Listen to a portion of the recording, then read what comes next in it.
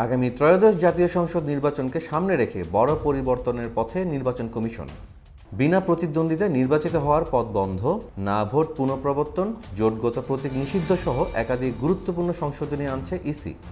এখন থেকে কোনো আসনে একজন প্রার্থী থাকলেও তিনি আর বিনা প্রতিদ্বন্দ্বিতায় নির্বাচিত হবেন না, বরং তাকে ভোটারদের না ভোটের মুখোমুখি হতে হবে। 2008 সালের অষ্টম জাতীয় সংসদ নির্বাচনে প্রথম চালু হওয়া এই না ভোট প্রথা পরে বাতিল করা হয়েছিল। এবার নতুন করে ফিরিয়ে আনছে নির্বাচন কমিশন, তবে শুধু একক প্রার্থীর ক্ষেত্রে। প্রধান নির্বাচন কমিশনার এএমএম নাসির উদ্দিনের সভাপতিত্বে আয়োজিত এক কমিশনের সভায় এই সিদ্ধান্ত গৃহীত হয়। কমিশনার আবুল ফজল মোহাম্মদ সানাউল্লাহ জানান, যদি কোনো আসনে একজন প্রার্থী থাকে তাকে বিনা ভোটে নির্বাচিত ঘোষণা করা হবে না।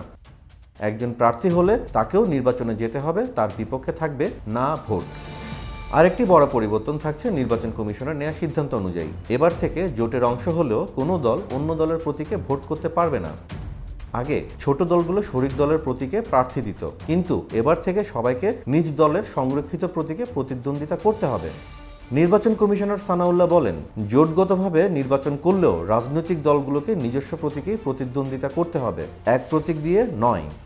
বর্তমান নির্বাচন কমিশনার দায়িত্ব নেওয়ার পর থেকেই জানিয়ে আসছিল ইভিএম আর ব্যবহার হবে না। এবার আরপিও থেকেও তা বাদ দেওয়া হলো। এছাড়া আগে সমান ভোট পেলেও লটারির মাধ্যমে জয়ী নির্ধারণের বিধান ছিল। নতুন সংশোধনীতে এই বিতর্কিত পদ্ধতি বাতিল করে পুনর্নির্বাচনের সিদ্ধান্ত নেওয়া হয়েছে।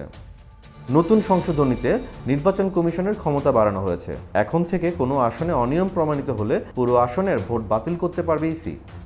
নির্বাচন কমিশনার সানাউল্লাহ বলেন, নির্বাচন স্থগিত বা পুরো আসনের ফলাফল বাতিল করার ক্ষমতা পুনঃস্থাপন করা হয়েছে।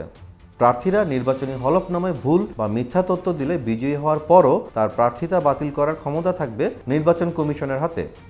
প্রযুক্তির অপব্যবহার ঠেকাতেও নেওয়া হয়েছে নতুন উদ্যোগ। নির্বাচন চলাকালীন সময়ে কৃত্রিম বুদ্ধিমত্তা বা এআই ব্যবহার করে যদি অপতথ্য ছড়ানো হয়, কমিশন তার বিরুদ্ধে ব্যবস্থা নেবে। নির্বাচনী প্রক্রিয়ায় স্বচ্ছতা বাড়াতে এবার ভোট গণনা শুরু থেকে শেষ পর্যন্ত একই কক্ষে থাকতে পারবেন গণমাধ্যম কর্মীরা। অর্থাৎ ভোট গণনার পুরো প্রক্রিয়ায় গণমাধ্যমের নজরদারিতে থাকবে।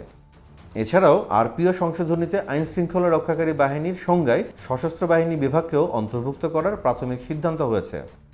সব মিলিয়ে আগামী জাতীয় সংসদ নির্বাচন থেকে বিনা প্রতিদ্বন্দ্বিতা, জোটগত প্রতীকে প্রতিদ্বন্দ্বিতা, ইভিএম ও লটারির বিধান আর থাকবে না, বরং আসছে না ভোট, স্বচ্ছ গণনা এবং অনিয়মের ফলে পুরো আসনের ভোট বাতিলের মতো কঠোর নিয়ম।